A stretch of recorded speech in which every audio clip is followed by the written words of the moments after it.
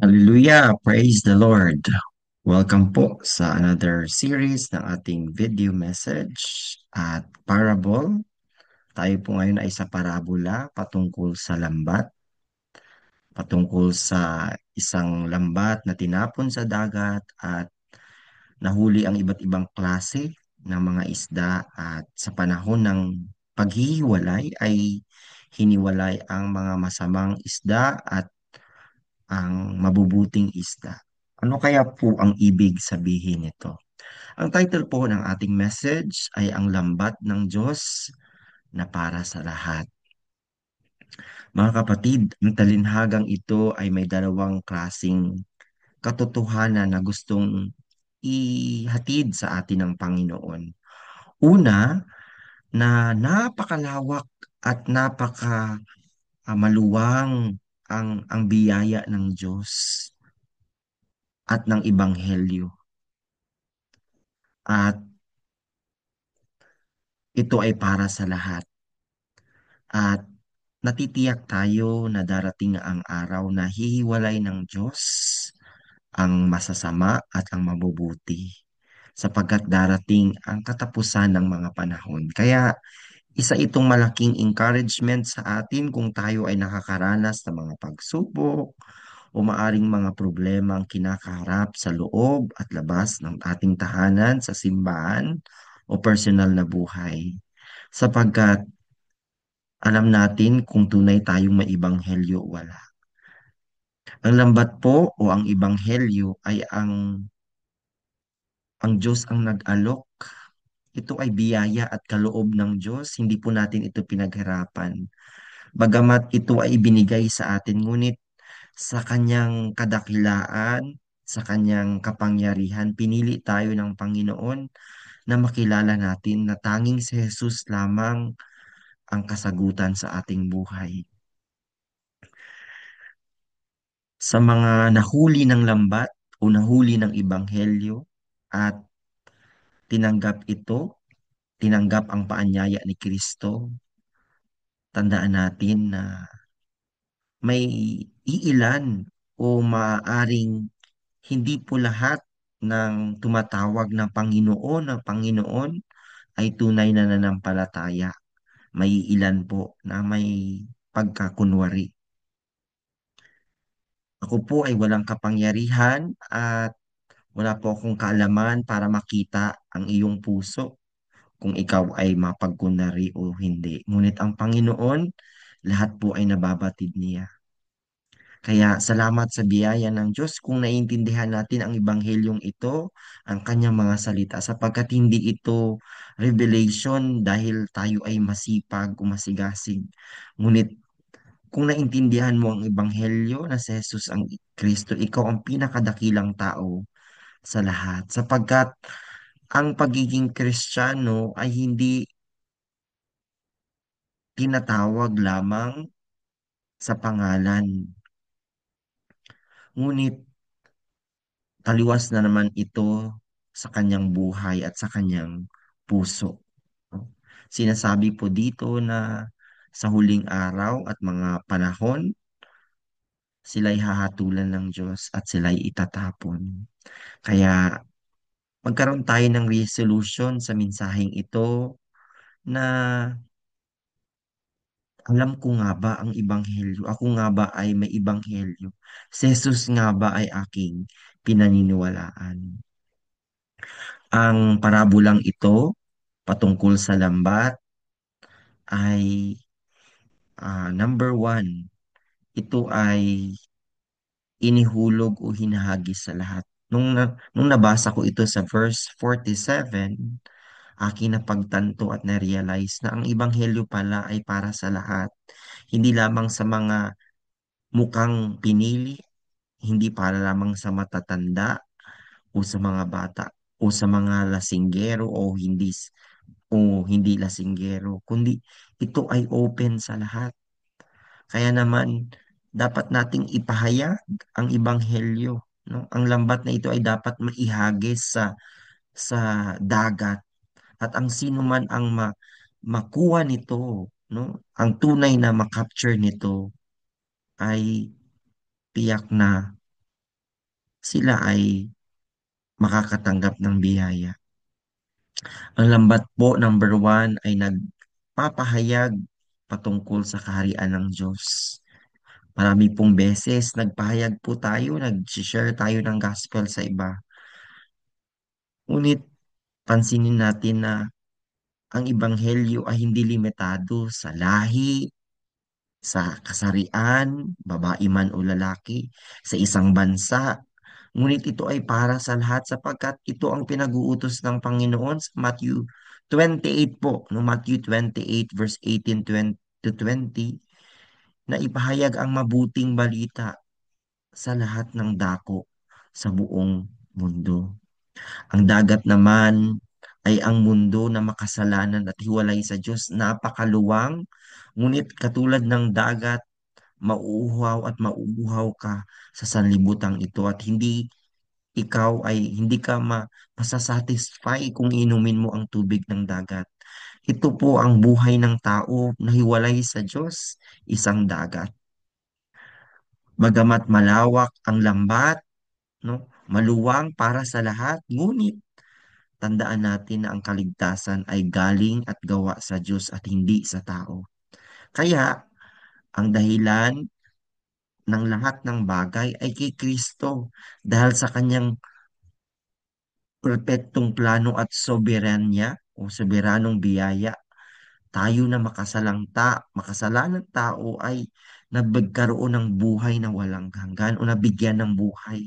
Actually, dahil sa kasalanan tayo ay patay, ngunit binuhay tayo dahilan kay Kristo. Ito po ang ating katayuan. Ito po ang tunay na kayamanan ng buhay natin.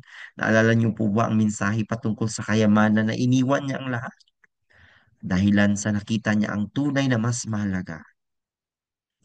Ang katiyakan ay hindi nakasalalay sa pagiging nahuli ng lambat. No? Alam niyo po ba na hindi lahat ng nasa loob ng simbahan o miyembro ng isang simbahan ay tunay na mananampalataya? So, bagamat nahuli na tayo, nakakarinig na tayo ng Ibanghelyo, ngunit ang iyong pagkahirang o pagkapili ng Diyos ay mula lamang kay Kristo. Kaya, napakasarap sa pakiramdam na meron tayong kaligtasan at meron tayong Kristo. Kaya hindi ito maliit na bagay. Amen? Nahuli na tayo, ngunit hindi lahat ng nahuli ay tiyak na may kaligtasan. Ito pa rin ay espesyal na pagpili ng Panginoon. Kaya ikaw na nakikinig ng mensaheng ito ay pinili ng Diyos. Ikaw ay espesyal sa kanyang buhay. Ikaw ay isang treasure na iniwan niya ang kanyang kaharian para sa iyo. Ganun kakahalaga sa Diyos, kapatid.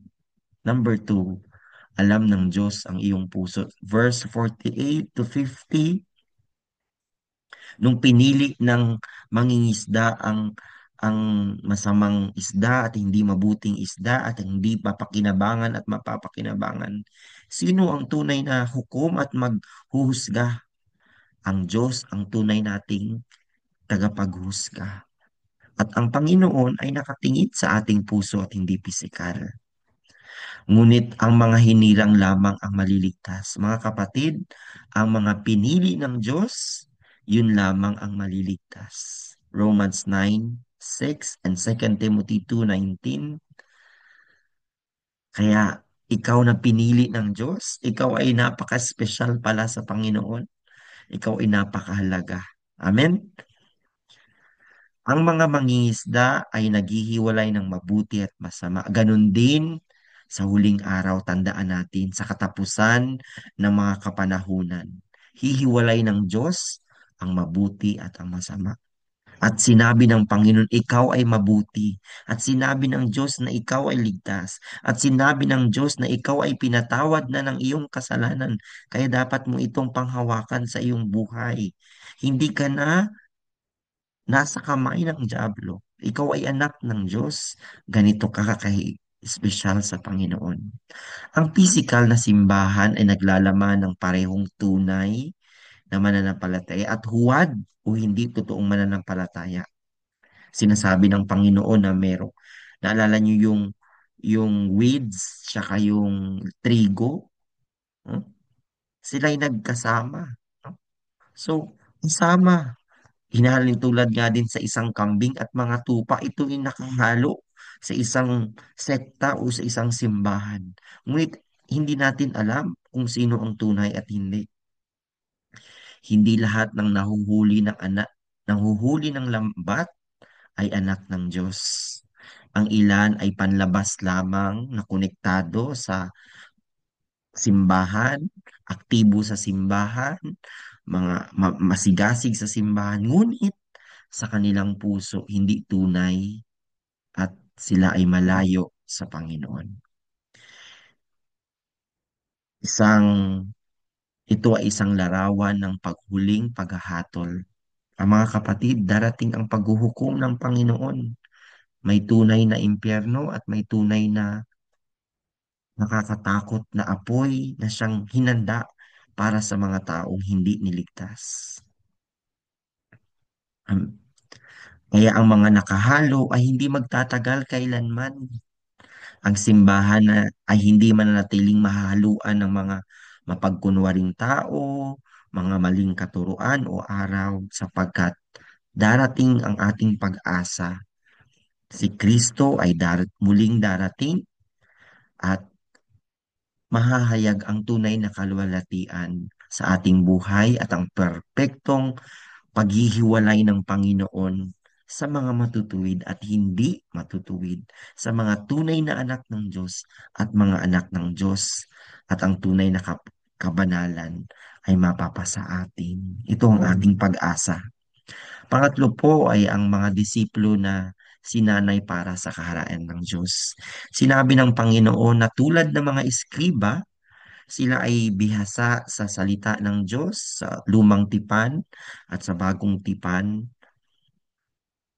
Tayo ay tinawag na mga disipulo na isang skriba sapagkat alam natin ang tunay na kayamanan at tunay na treasure.